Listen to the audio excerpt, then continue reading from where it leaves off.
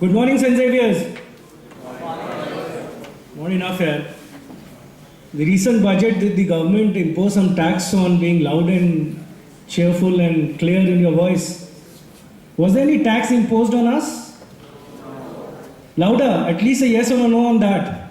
So can we have a good morning once again? Good morning. Much better.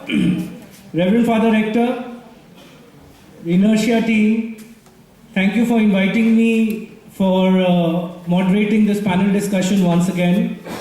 In fact, it's a great moment of pride for me because I'm associated with Inertia since its inception. I think the first session I did was the year Inertia started, which was probably 2011.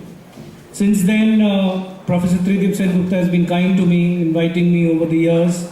And each panel discussion I've done here has not only taught us in the panel, but it has made us realize how relevant a panel discussion could be. So my request to all in the audience is please participate, please hear what the panelists have to say, and ask relevant questions because this is an opportunity for you to know what you may not be knowing. And today we are all here gathered in this hall to know about knowledge and knowledge marketing. As I was sitting in the audience, I heard that it was a topic casually picked up. In fact, Reverend Father Rector, my comment to this is, it's one of the most interesting topics I have deliberated on in the recent past. A casual topic like that is very, very pertinent, very relevant in the society, in business today. And no wonder it features as the main theme for Inertia 2015.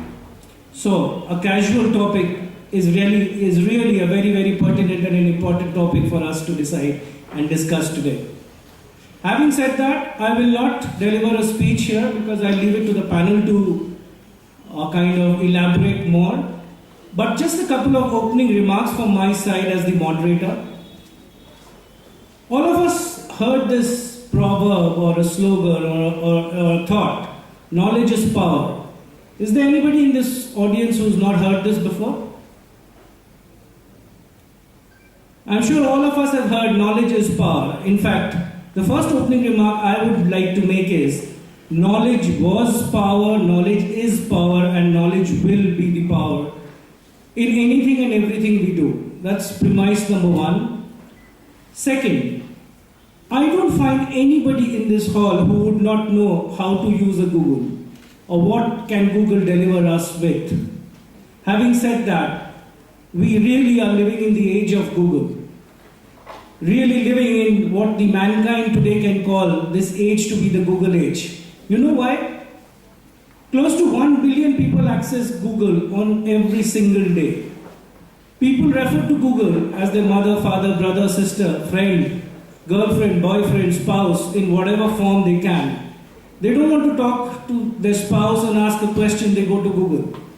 They don't want to ask the elder brother a question, they go to Google. That's the power of Google in relevant terms in the world today. Having said that, introducing the topic once again, it was introduced by the speaker before me, but let me just put it in perspective once again. Today we are debating in the panel, is Google a substitute or a supplement? To read out the definition of substitute from Wikipedia, let me just take this paper and read it out for you. Substitute stands as a definition for a person or thing acting or serving in the place of another. Whereas supplementary means addition, simply an addition to something what you may be doing or whatever form of work you may be in. That's exactly the precise definition between substitute and supplementary. In my opinion, Google can never substitute teaching. It's actually not only the information flow which happens in teaching, but it's the energy flow which happens between a teacher and a pupil.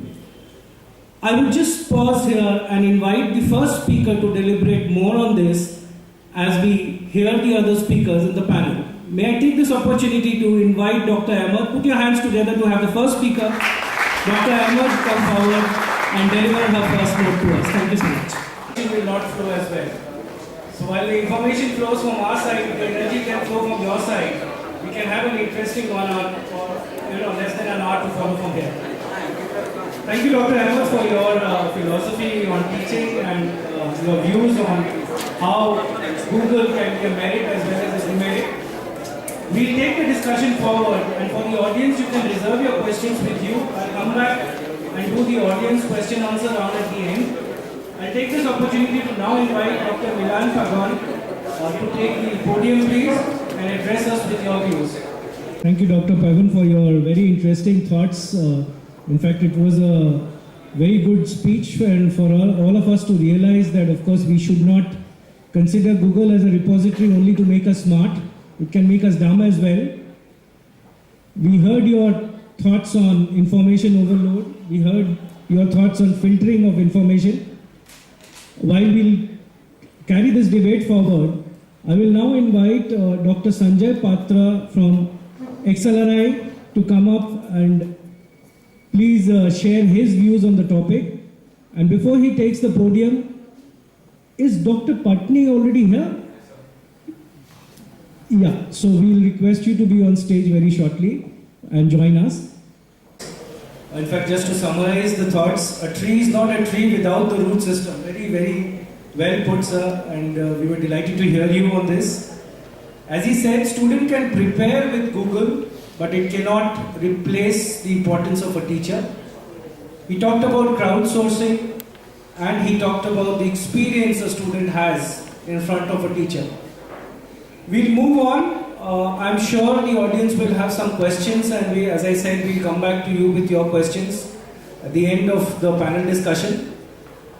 I would invite the last but not the least, a motivational speaker, Dr. Ujjwal Patni. Sir, would you take the podium? And before you start, I have a question for you, sir, myself, if you may allow me to. I have myself been associated with motivational sessions per se. But sir, before you share your thoughts, my question is, can motivational sessions on the Google, on the YouTube, replace a motivational speaker? And use Google tools. So 2 words are more important for Google now. One is Google Edu and the other is Google Tools. They are introduced. To hear a new definition for she, so we'll remember that. So we've defined she a little interestingly today. As he said, don't rely on Google blindly. Go to paid sites, go to more authentic sites rather than going to a free site like Google and kind of getting confused more. Very interesting point, Dr. Patni, which you said that it can replace senior teachers and not teachers in general. So that's a very interesting point also. Google itself needs wisdom. How to use Google is what he elaborated. India 1 and India 2. These are a couple of points which I took out as takeaways from his speech. But now we would go into the audience, and can I have the lights on in the hall, please? Yeah, much better. We have some cordless mics to float around. Can I have at least one mic? Or the one in my hand, okay. Can someone take this away from me, please? I'll use this, yeah, better. So I request you to kindly introduce, are there any questions by the way? I don't see any show of hands. Are there any questions from the audience? Yeah, okay. So kindly introduce yourself, tell us a bit about your background. Do you use Google? How do you use Google? Just in a few words or a few sentences. Then your question and to whom the question is addressed to. I think this information, in fact, it just provokes and prompts me to share a very interesting project which we as a company are involved on. We are doing a research worldwide on introducing whether the Facebook users would want a dislike button on the screen as well. You have a like button. We are going around the world asking people whether there should be a dislike button to the post also. So these are some innovations which we are about to see as social media grows in the world. To the nature of taboo topics which you talked about. Anyway, so it's time to summarize. In my opinion, I had a very healthy discussion with my co-panelists. Points to summarize, use of Google obviously with wisdom. Don't blindly use it. You may land up in more a bit of a bother or a spot rather than becoming smarter. Point 2, it cannot substitute teaching. It cannot substitute experiential learning. This is all we from the panel today had to share with you. Thank you for joining us in the panel discussion today. Thank you, Team Inertia, for inviting all of us here in this program. Thank you so much. And last but not least, I would like to invite Professor Shoman again to present the souvenir to our moderator, Mr. Samaresh Shah. Thank you so much, sir. You've been a wonderful moderator.